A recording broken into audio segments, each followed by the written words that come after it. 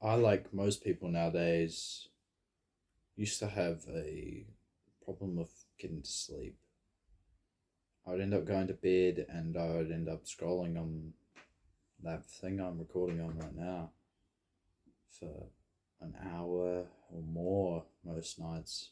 I was sick of it, but I would always wake up tired and I complained about it when the answer was right in front of me. So I deleted Instagram and TikTok, and immediately my quality of sleep improved. But I was struggling to find consistency with getting to bed at the right time. So there were three things that led me to getting to bed at the right time and preventing me from wasting time doing things that weren't helpful and weren't as important to my as my sleep. So the first thing was actually being tired before I go to sleep because I'd expended my energy throughout the day. This only really started happening when I started going to the gym and started actually doing work on YouTube and stuff like this.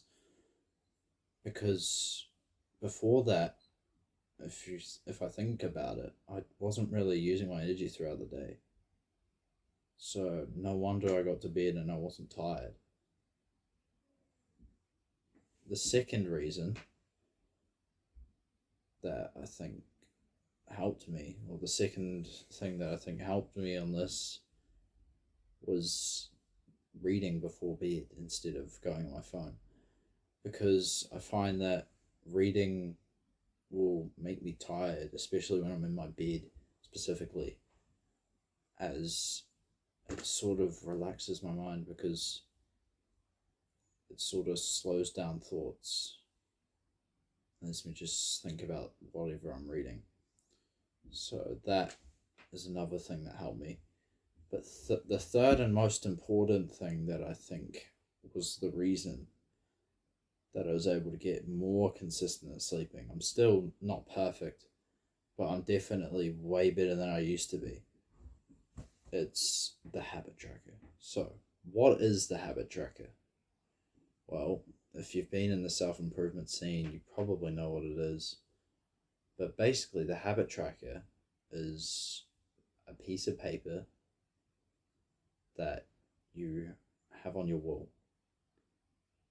And basically, what you do is it's a monthly thing. Well, for me, I have it as a monthly thing.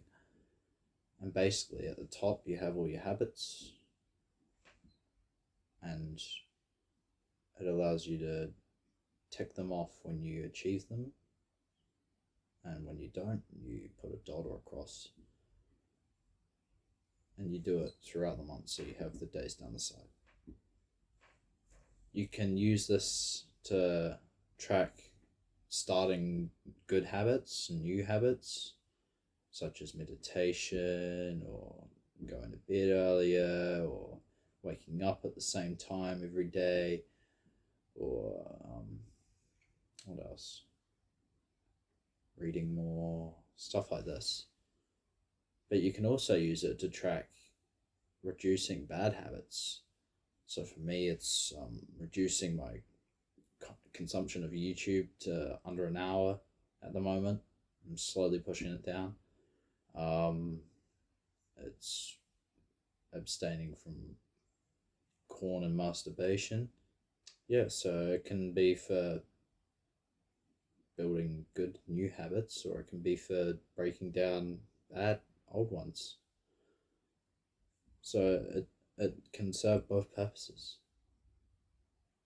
The reason that I think the habit tracker is the most important reason for why I am able to get to sleep at a more consistent time is because it allows me to see a tangible trend that is formed. So this means that when I'm looking at the habit tracker, I'm able to see which habits that I'm sticking to and able to get down pretty easily, and which ones that need a bit more work. So, for example, reading for me, I'm able to basically read every single day without fail. So, I don't need to think about that habit as much. But the sleep one, getting to bed at the right time, is something I do struggle with a little bit. Sure, I'm able to get to sleep pretty quickly. It's the actually getting into the bed part that takes a while. So that is what I need to focus on, and that is what I'll focus on. Because reading has become automatic, it's actually become a habit. So I no longer have to focus on it because I just do it. It's just who I am. The second reason why I think the habit tracker is so good for doing new habits and getting rid of old ones that are not good for us is because it keeps us accountable. And when we look at the wall, we're able to see what we've done in the past. We're able to see where we're at. And this way, if we're not bullshitting ourselves, we're actually able to see what we need to do.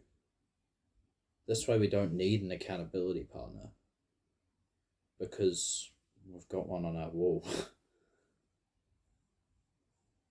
It's a reminder every day of who we are. Every time I wake up in the morning and I get out of bed, I look at that piece of paper on the wall. It's back there, right next to my bed. And I look at that piece of paper and it reminds me of the habits and responsibilities that I have to do throughout the day. The last reason why I think the habit tracker is effective is because seeing the text on the habit tracker can actually motivate you. When you see that you're actually committing to your habits and you're actually doing them consistently, it motivates you to do them more. Now, we don't want to rely on motivation all the time, but having it there it's a free tool to use. If we're going to have it, we might as well use it. So how do we make a habit tracker? Well, it's pretty simple. Basically, you want to get a refill pad just like this one here. And at the top, you want to write habit tracker and the month. So basically, for next month, you want to write habit tracker for November. And then in this line here, just below the title, you want to write your habits that you're going to do for the month. So you might write meditation, reading, bed before 10, reducing YouTube consumption, corn, anything. It can be anything. And you can have as many of these as you want. So don't, like, refill paper is cheap. So you can have as many of these as you want. But don't try and do too much at once. But yeah. And then once you've wrote these habits, you can go down the side and you can write the day of the month down the sides. And then just do columns for each of the habits. And this way, I find this is a very effective way because it's just simple. You set it up right at the start. It takes like 2 or 3 minutes right at the start of the month. And then from there, you just, every single day, when you complete one of the habits, you just tick. Or at the end of the day, if you fail to complete a habit, you just cross or do a dot. It's simple. But the most important part of the habit tracker, the most crucial thing you have to do with it is you need to put it somewhere where you can see it every single day. That's why mine's right next to my bed. Every single morning, I see it in the morning. It's one of the first things I see. You have to put it somewhere where you're going to see it. Because if you're actually able to see it, you're going to remember your goals and your habits that you've got to stick to. But if you put it somewhere like out of your vision, like your desk, or you put it on like just anywhere, I don't know. You just put it on your desk. You're more likely to forget about it when it's so close to your vision, and it's one of the first things you see in the day. It's going to set you up for the day because you're going to remember what is important to you. And in this way, you're more likely to stick to the habits.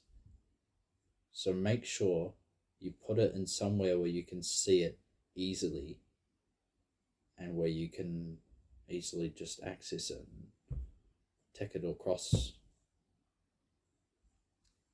So yeah, it's a pretty simple process, but it is what I believe to be one of the most effective processes in order to achieve the habits that you want to form and get rid of the habits that you no longer want. Tracking is one of the most effective ways because it just allows you to see the patterns. And this way, you aren't just doing things without thinking. Because this way you actually see what's happening and you can slowly make decisions that are better based on that habit tracker because you know what's happening. So yeah, that's all I've got to say. I love you all. Now stop consuming and go create.